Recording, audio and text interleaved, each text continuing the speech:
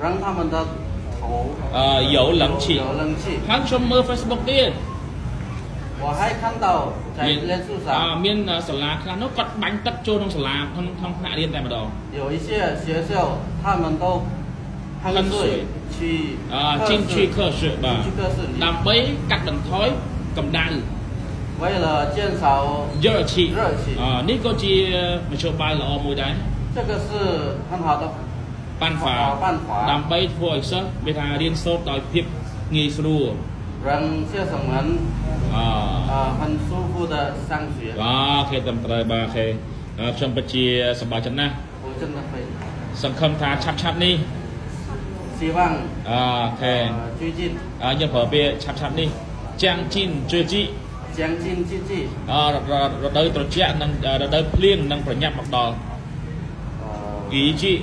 将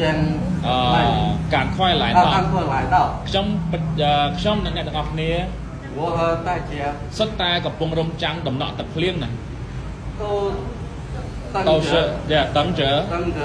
雨水 សង្ឃឹមថារដូវវស្សា 希望一句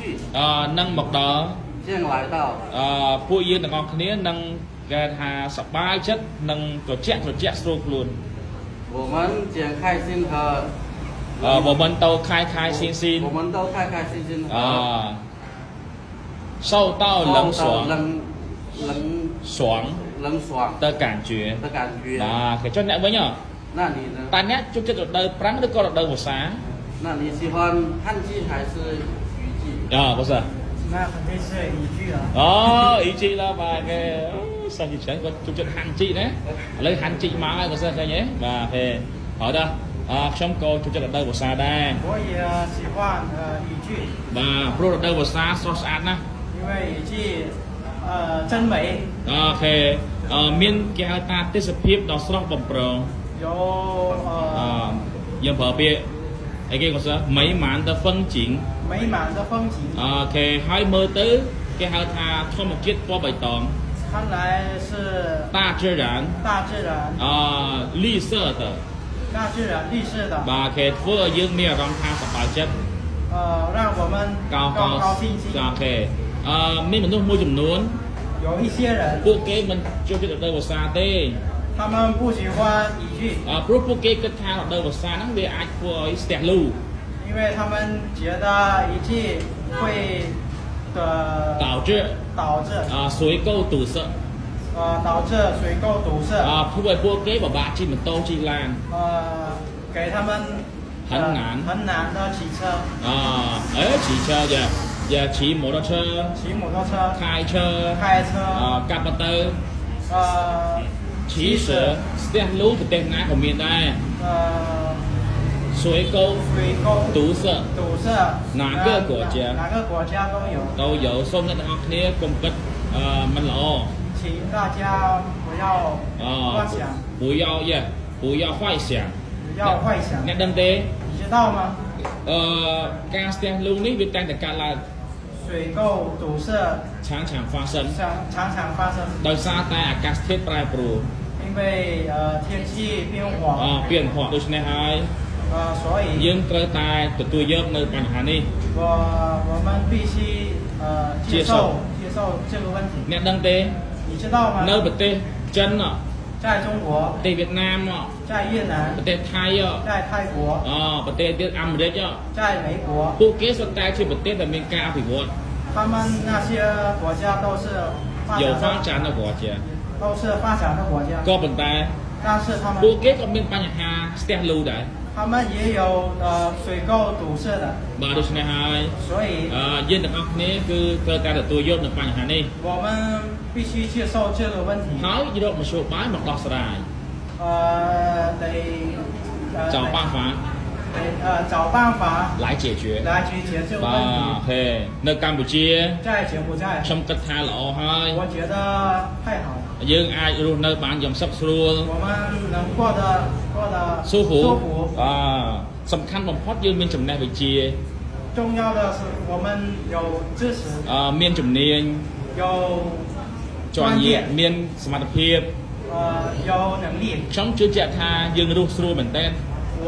相信我们过得很舒服。很舒服មិនបាច់ទៅនៅប្រទេសគេទេ 不用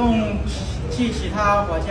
生活的生活的。 បាទគេនៅកម្ពុជា 在柬埔寨 យើងមានគេហៅថាលក្ខខណ្ឌការងារដ៏ល្អ 有很多工作条件。 យើងមានគេហៅថាធាតុអាកាសដ៏ល្អ 有很好的天气。 គេយើងអត់មានអីណារំជួយដីទេ 也没有什么 ទីចឹងណា 地震。 យើងក៏អត់មានអីណាស្អីគេមកសោះមានផ្ទុះភ្នំភ្លើងទេ 也没有火山没有火山。 អត់មានគូសោះអត់មានអីគេទៀតមកសោះផ្ទះយើងបាទ 自然灾难。 អត់មានគ្រោះមហន្តរាយធម្មជាតិទេតើហើយខ្ញុំស្គាល់មក自然灾难 自然灾难。 អូខេណានៅកម្ពុជាគឺងាយស្រួលមែនតើ 在柬埔寨真的过得舒服。 ណាដូច្នេះហើយ 所以 យើងគួរតែសម្បាចិត្ត 我们得过得高高兴兴。 បាទឥឡូវនេះ 现在 បញ្ហាដ៏ធំបំផុតគឺគេហៅថារលកកម្ដៅនឹងតែម្ដង 最大的问题就是 យឺឡាំង 热浪。 យើងទាំងអស់គ្នាគួរតែប្រឹងប្រែងតស៊ូទាំងអស់គ្នា 我们必须的努力 ហ្វិនតូ 奋斗。 បាទគេឧស្សាហ៍ញ៉ាំទឹកឲ្យបានច្រើន 要多多喝水。 តស្រួយគេងឲ្យបានច្រើន 多多ស្រួយជាវ 睡觉。 អូខេហើយញ៉ាំអាហារដែលមានជីវជាតិ 必须吃的有营养有营养的食物ញ៉ាំផ្លែឈើឲ្យបានច្រើន 要吃多吃水果 吃水果。 បាទណាបាទកុំញ៉ាំគេហៅថាអាហារគីមីច្រើនពេក 不要吃太多吃太多有化学有化学植物的植物的食物 食物。 បាទមានដូចជាប្រហិតចៀន 有 ឲ្យគេទៅមកសើប្រហិតចៀនចៀនយោหวาน 煎肉丸。 បាទឬក៏ចា肉หวานបាទណាបាទវាមិនល្អទេ 那不是很好。 អូខេនឹងបាទ不是很好的បាទឥឡូវនេះ 那现在呢？ អូខេយើងគួរតែឧស្សាហ៍ងូតទឹក 我们必须多多洗脚。 ព្រោះងូតទឹកក៏អាចកាត់បន្ថយនៅកម្ដៅដែរ 洗脚也是减少减少我们的体温 我们的体温。 គេកម្ដៅនៅក្នុងខ្លួនណាចូលអ្នកវិញតើចូលចិត្តងូតទឹកទេ 那你呢喜欢洗脚吗？不是喜欢洗澡喜欢的。trong mộtថ្ងៃងូតទឹកប៉ុន្មានដងបាទ 我平时一天洗脚3到4次。3到4次បាទអូខេទៅសើចង់10ដងទេមកសើបាទអូខេដូច្នេះហើយ 所以 ងូតទឹកពិតជាល្អណាស់ 洗脚非常好。 អូខេយើងទាំងអស់គ្នាគួរតែឧស្សាហ៍ងូតទឹក 我们应该常常洗澡បាទអូខេណាបាទខ្ញុំមិនដឹងថាពេលណាយើងមានអាកាសធាតុល្អទេ 我不知道什么时候才有好的天气。 ដូច្នេះហើយខ្ញុំជូនពរដល់ពិភពលោកទាំងមូល 我祝全世界 សូមបាទណាបាទសូមឲ្យរស់នៅបានសុខសប្បាយ生活平平安安បាទគេមានធាតុអាកាសដ៏ល្អប្រសើរ 有良好的天气 តែធានជិណាហើយរស់នៅគេហៅថាជោគជ័យគ្រប់ភារកិច្ចផងដែរ 过得顺顺利利。 ចុះអ្នកវិញ 那你呢？ ទីចុងក្រោយនេះមានពាក្យអ្វីចង់និយាយទៀតទេ 最好有什么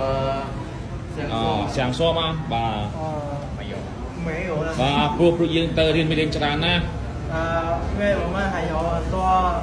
课本资料 ជាពិសេស 要写的。 គឺជាមេរៀនអ្នកថាផ្ទុះនៅឯឃ្លាំងស្តុកអាវុធនេះ 特别呢就是តានយ៉ាវខុ 弹药库 បោចាតកុងខ 报家的功课。 យើងត្រូវការបញ្ចប់មេរៀននេះ 我们必须完成这个课本资 បាទ 料。 អូខេជឿលាបាទដូច្នេះ 所以 ខ្ញុំនិយាយដល់ត្រឹមនេះហើយ 我先讲到这里。 ជូនពរដល់មិត្តរួមទាំងអស់គ្នា